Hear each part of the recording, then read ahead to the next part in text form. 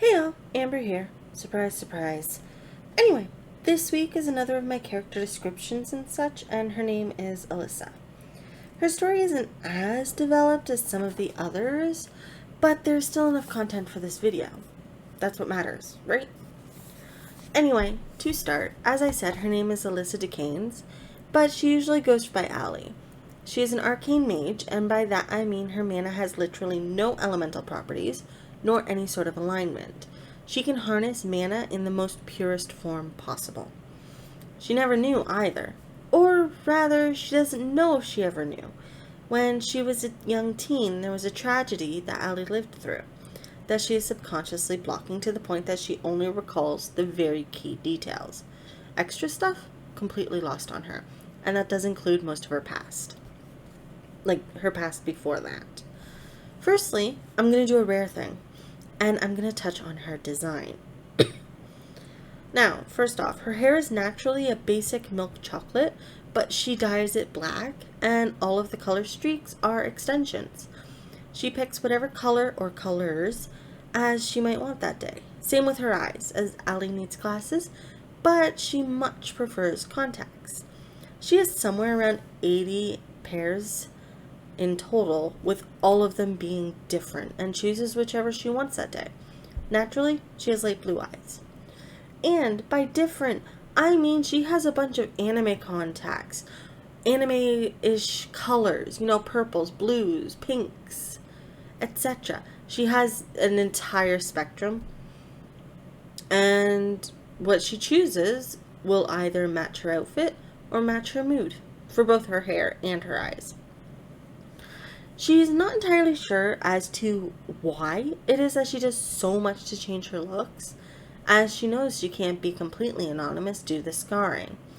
Her scarring covers nearly half of her body, and it's scarring that she received when she was woken at the age of 14 to her house burning. She'd been locked in her room, the door barricaded, and extremely difficult for her to get through. However, she did manage to, only managing to succumb to being burned a bit as opposed to succumbing to the fire and or the actual smoke inhalation. However, as she navigated through the burning house, she found her little sister. Said girl was almost dead, and Allie was taken over with a need to try and save the 6-year-old. Sadly, Allie wasn't able to get her out of the burning house, and she nearly succumbed to it as well. Now, long story short, yes, this is the trauma that was previously mentioned.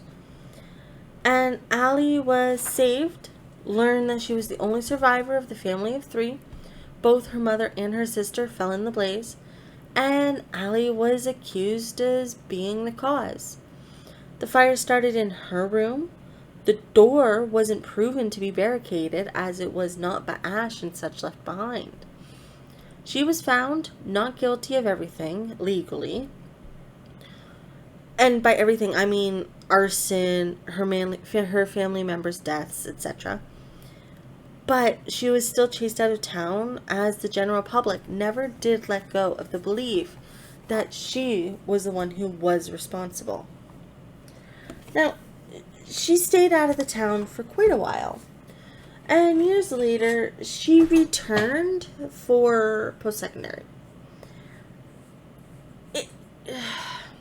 The only reason, and she curses it, is because of the fact that the university in her home city had one of the best journalism courses in the States. Anyway, years later, in university for journalism, she was paired up with Levi Hughes, who will likely get his own video in the future. And they were tasked with writing a human interest article. They decided, surprisingly quickly and easily, what the article would be. There was an abandoned hospital with a dark, sordid history, along with a belief of being haunted.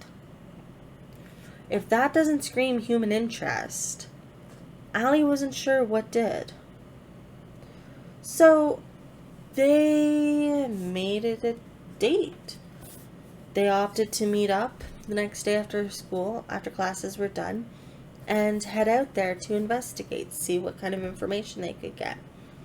After that, they would hit articles or books or newspapers or whatever it is that they could find pertaining to the hospital and through official channels. While in the hospital building, they both learned plenty about the other. Levi, for example, learned of Allie's past, or at least what little she could recall, such as that she got severely burned from it, that she was chased out of town, and that her little sister died. He also learned the fact that she is a Wiccan. And yes, I'm learning a bit about Wicca in order to make it that this girl's more accurate. And he learned that she had no issues with him, which is something that he'd been concerned about. Now, I'll go into this more with his video, but Levi revealed to her that he's a schizophrenic. And that's only because that's what he'd always been told by professionals. Like I said, more on that when I do his video. Subscribe, hit the bell, yada yada yada, to ensure that you know when I upload it, if you're interested. Anyway, in the end, they got their information, wanted to leave, and realized that they were trapped in the building, which was totally fun.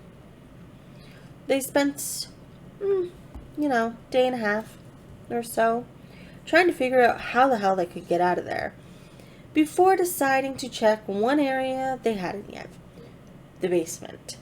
Maybe there would be an emergency exit down there that they could actually get through. The door was locked, though. And they only knew that because they tried to open it before.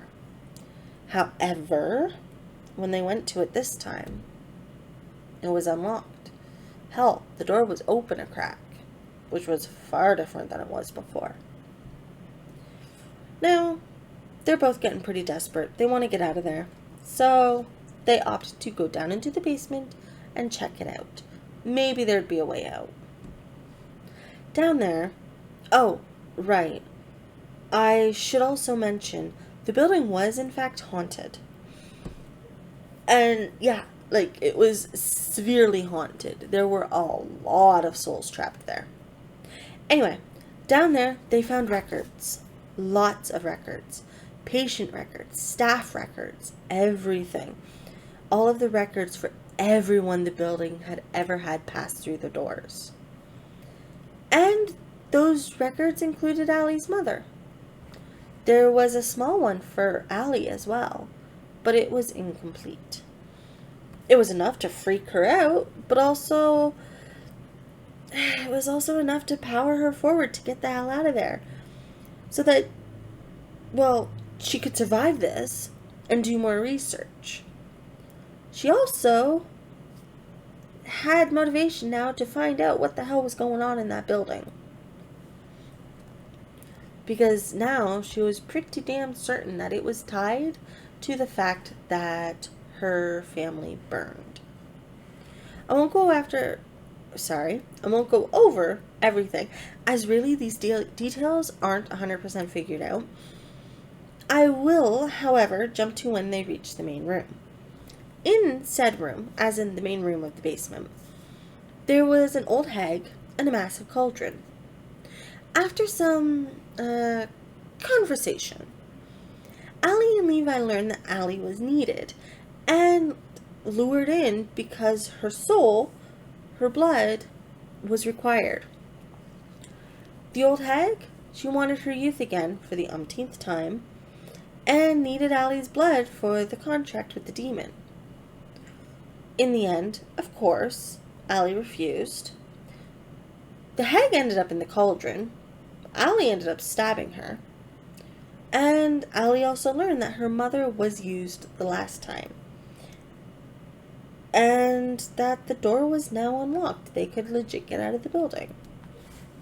It was a hell of a lot to take in, and Allie was, to put it very simply, very overwhelmed.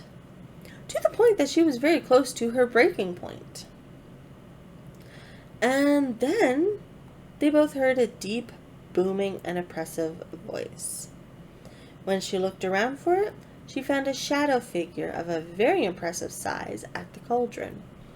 It told her that since she was the one that lit the cauldron and spilled the blood used to summon him, she was the one it would bind to. If she accepted, of course. She agreed, albeit sarcastically, signed the contract in her own blood, had to get them and her motorbike that was outside back home, and then she basically collapsed onto the couch, as did Levi. That all had been too damn much for her.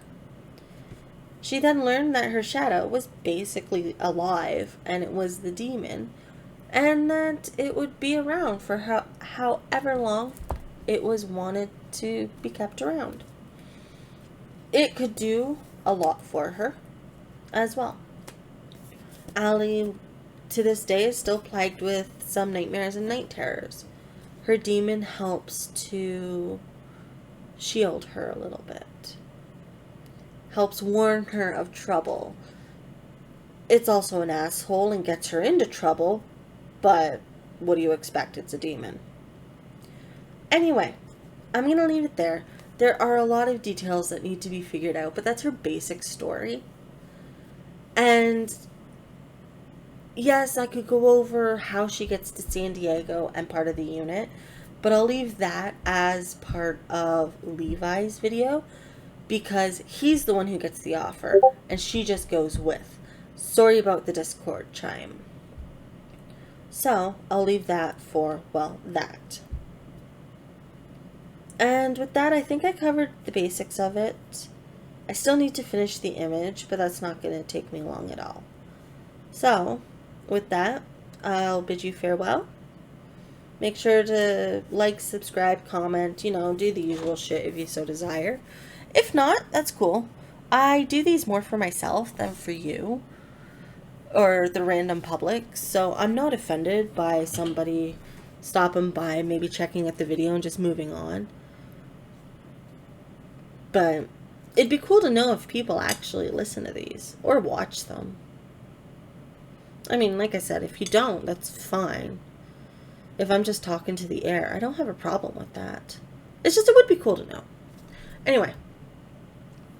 Alright, I'm going to cut it. Thanks for stopping by. I'll catch you on the flip side. Stay cool, cats. This is Amber, out.